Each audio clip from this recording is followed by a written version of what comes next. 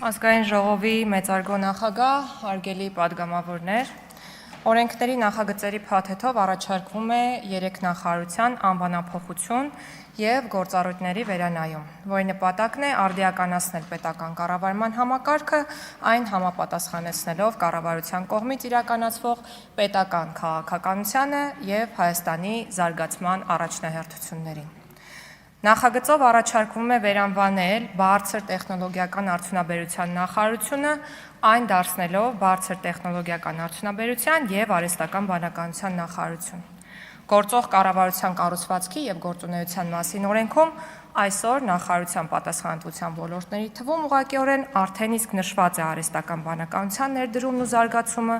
կիբերանվտանգության, անպային հաշվարկների, թվային տնտեսության, տեղեկատվական տեխնոլոգիաների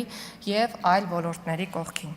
Արհեստական բանականության ուղղությամբ ներկայում իրականացվում են տարբեր պետական նախաձեռնություններ։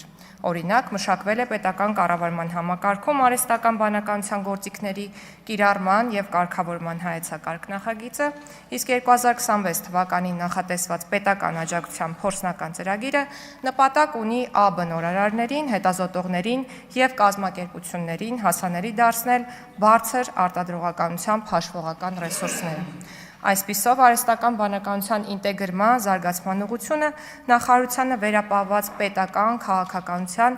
արդեն իսկ հողի վրա առանձին եւ տեսանելի ուղղություն է դարձել եւ նախագծով առաջարկվում է այդ պատասխանատվությունն արտացոլել նաեւ գերատեսչության անվանման մակարդակում։ Նախագծով առաջարկվում է նաեւ աշխատանքի եւ սոցիալական հարցերի նախարարությունը վերանվանել աշխատանքի եւ բարեկեցության նախարարություն։ Նոր անվանումը շեշտադրում է պետության հիմնական նպատակը, ոչ միայն սոցիալական խնդիրներին արձագանքը, այլ նաև մարդկանց եւ ընտանիքների բարեկեցության շարունակական բարելավումը։ Բարեկեցությունը ոչ թե առանձին ոլորտ է, այլ այն վերջնական արդյունքը, որին պետք է ծառայի նախարարության եւ ողջ կառավարության քաղաքականությունը։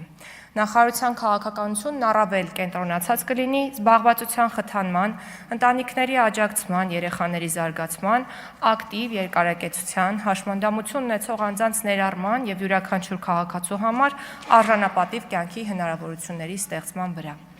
Այս համատեքստում բարեկեցություն հասկացությունն առավել ամբողջական կարտացոլի նախարարության առաքելությունը պետական քաղաքականությունը տեղափոխելով խնդիրների արձագանքումից դեպի հնարավորությունների ստեղծում, կանխարգելիչ մոտեցումներ եւ կյանքի որակի բարձրացում։ Այս մոտեցումը համահունչ է նաև միջազգային լավագույն փորձին, որի համաձայն սոցիալական քաղաքականության արդյունավետությունը գնահատվում է մարդկանց կյանքի որակով, նրանց հնարավորությունների ընդլայնմամբ, աշխատավայրում մարդկանց մրցակցային դարձնելով։ Այս փոփոխությունն ունի նաև հայեցակարգային հենք։ Կրթություն, աշխատանք, մասնագիտական կարողությունների զարգացում, առողջ ապրելակերպ, աշխատանքային վաստակ։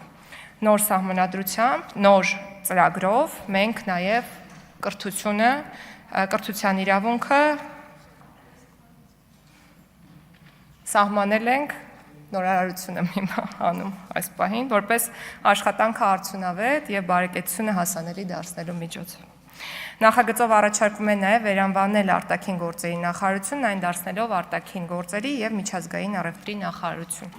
Այս փոփոխության նպատակն է ավելի արդյունավետ համատեղել արտաքին քաղաքականությունն ու տնտեսական համագործակցությունը։ Հայաստանի Հանրապետության արտաքին տնտեսական քաղաքականության առաջնահերթությունները, միջազգային տնտեսական համագործակցության ընդլայնումը եւ միջազգային առևտրի ոլորտի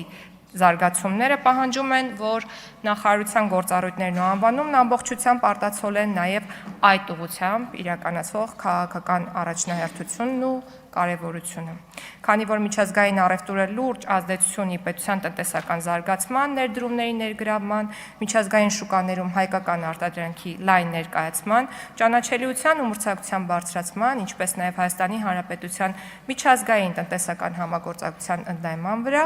անհրաժեշտություն է առաջացել նախարարության գործառույթների շրջանակն ընդլայնել, հստակ ամրագրել նաև միջազգային առևտրի ոլորտում կառավարության քաղաքականության մշակման եւ իրականացման բաղադրիչը։